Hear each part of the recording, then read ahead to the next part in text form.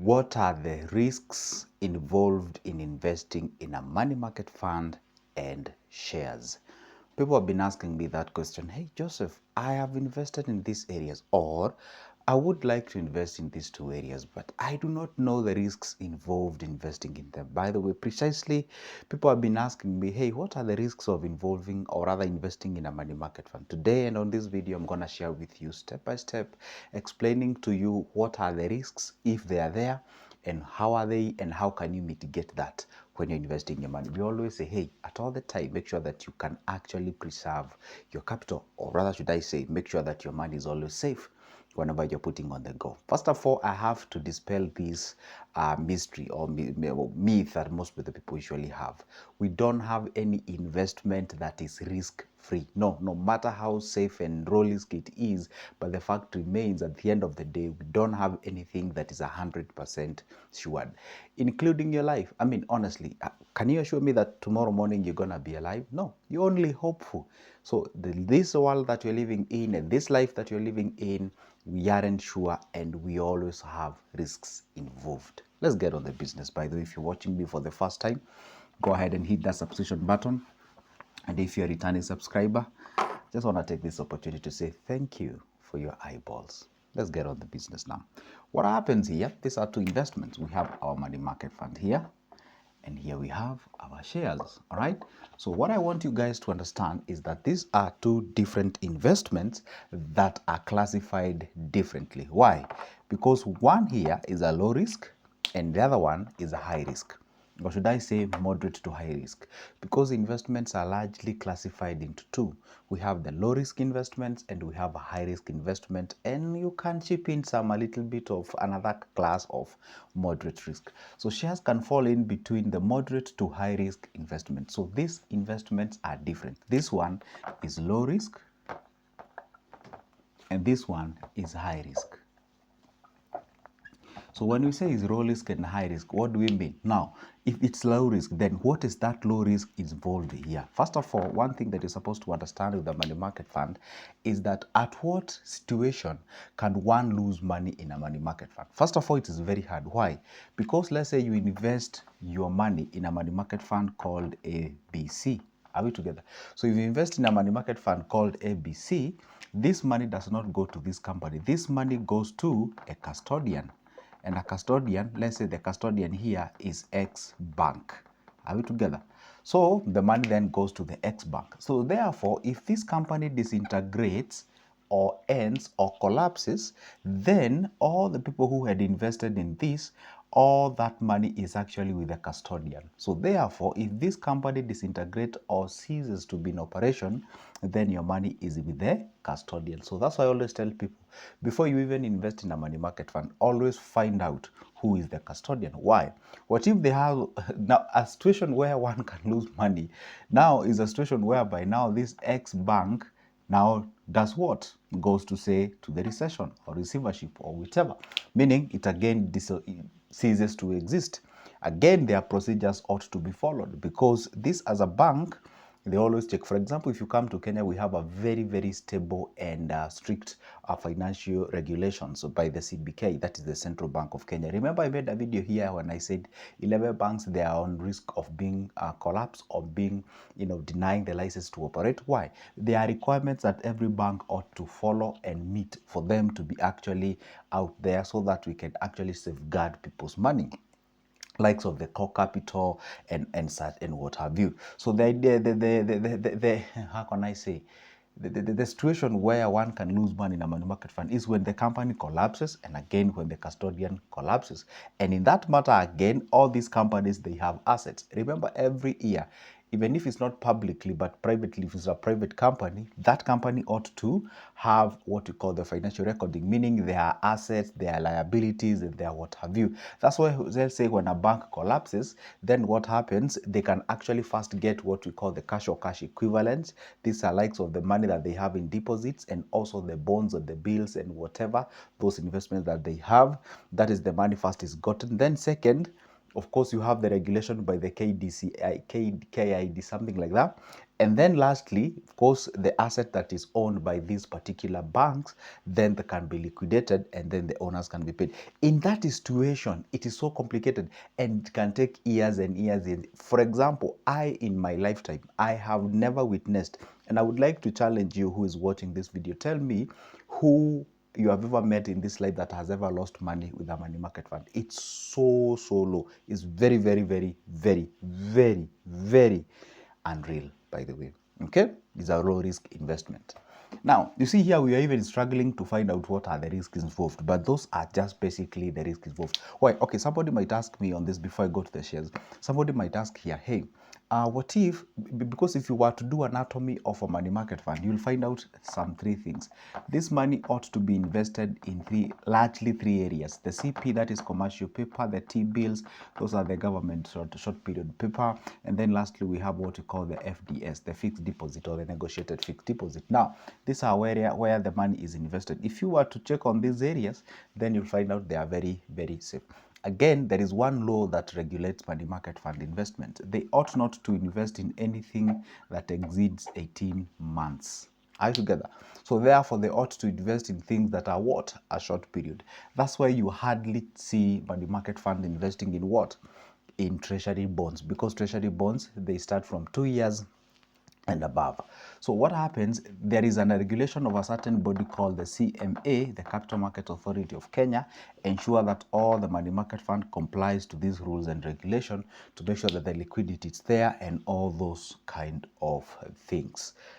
That is the nature. So, and that is the risk involved, and I've actually shown you how to actually see where the risk can be involved. So whenever you're investing in a money market fund, check how long that company has been in operation, check out on how or who are the custodian, and of course lastly, on the money market fund, when it comes to the risk, there is another body called the trustee. The trustee now is like it's like a snitch, is the body or the institution that actually tells the money market fund that, hey, guess what, the custodian or where this money is invested, or they tell the CMA that this company, this money is investing here and there. So therefore, the CMA can actually rely on what the trustee says so that at least this money is safeguarded. So there is a CMA, there is a custodian on this side, there is a trustee here, and of course there are professionals in that company. That makes it a very complicated investment that it's so hard to actually lose money.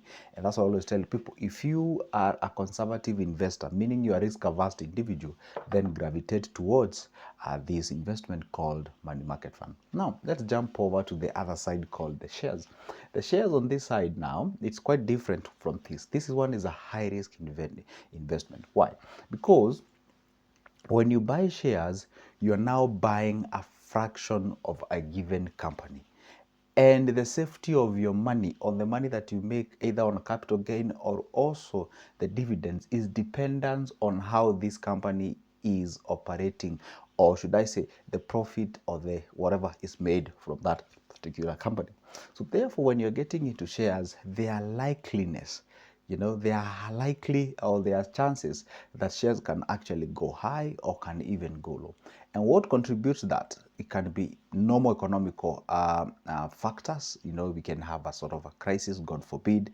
We can have a change of management in that particular company.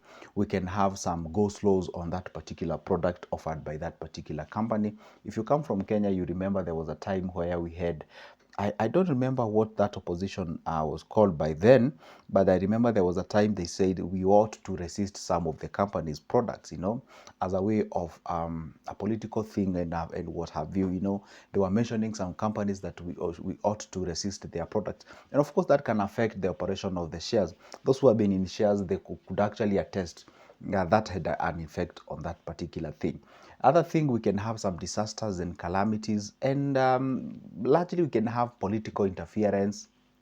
You might find the government or maybe that company, is not paying the taxes as it's supposed to be and what have you. So there are quite of risks involved in when you're investing in shares. For example, say you can buy shares at 40 shilling per share, then all those factors I've mentioned, chip in, and then that means that you are likely to be affected by such kind of thing. Though the good thing here is that the market can recover.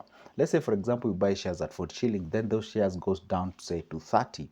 On paper, you have lost money, but in real sense, you have not yet realized that loss. We call it unrealized loss.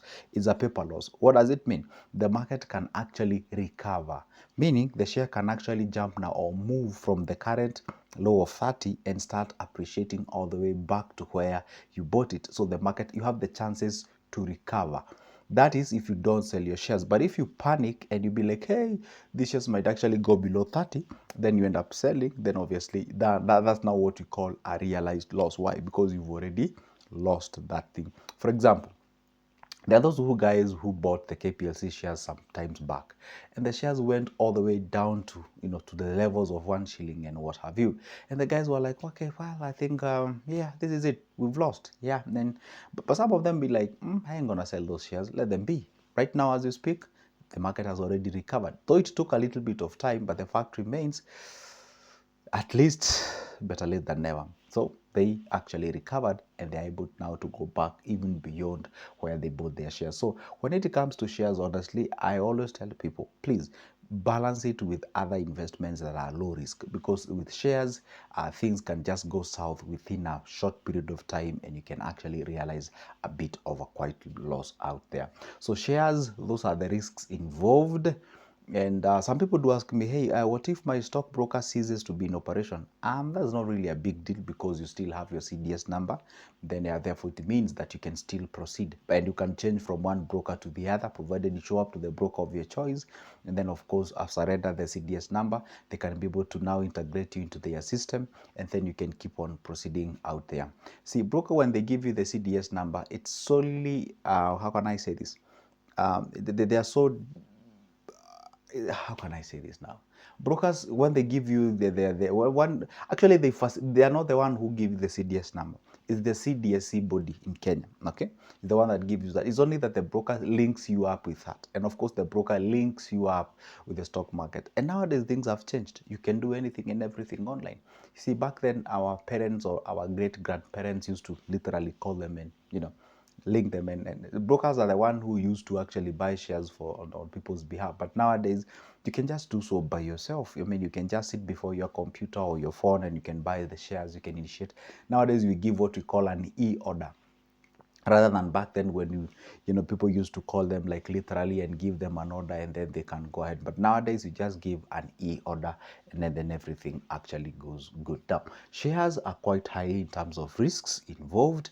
And listen, as I finish up with this, anything that has low risk, of course, it comes with low returns.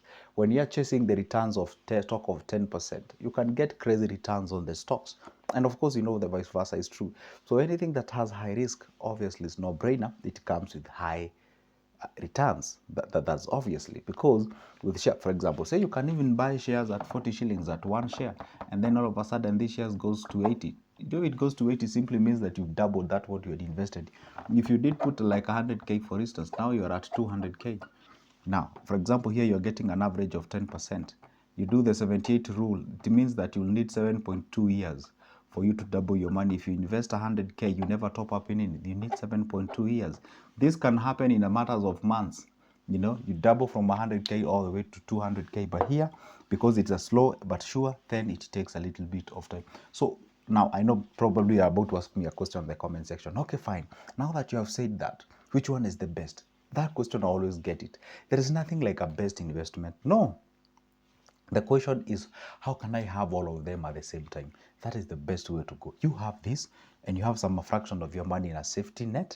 Then you have the other one where now you're trying to chase out some a bit good bag, whereby it means that you can get a little bit high. So the thing is, how can you have all of them at the same time? And at what point can you actually have a balance between the two? How much would I put? Let's say, for example, someone tells me, hey, I have 100k to invest. Now, what should I put where? Like, how much should I put on shares? How much should I put on this? First, you have to do analysis and find out your risk appetite, your affordable loss.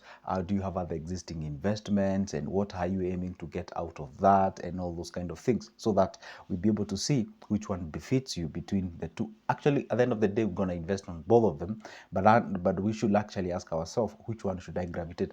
I actually have a very special class of people. You find somebody might actually decide to put 10K on a money market fund and a whole 90K on shares. We have another one who actually do the opposite, put 90K here and a 10K there.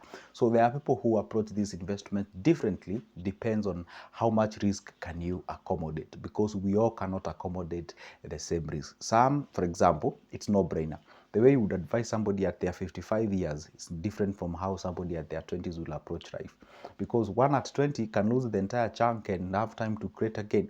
But the one at 55, whew, it's a little bit risky, because, hey, obviously you can see that person is obviously, doesn't have much time by their end. Anyway, this is good, Joseph. Hope I did fair. I hope I've responded that question in a fair way. And if I did it, then tell me on the comment section kindly where you feel like I should have actually clarified, and I'll try the best I can to make a video of part 2 of that. But for now, it's a goodbye. And by the way, in case you need my services in one way or the other, that is my number. Shoot me a text or a call, rather text actually, on my WhatsApp. Then we shall talk business. See each other.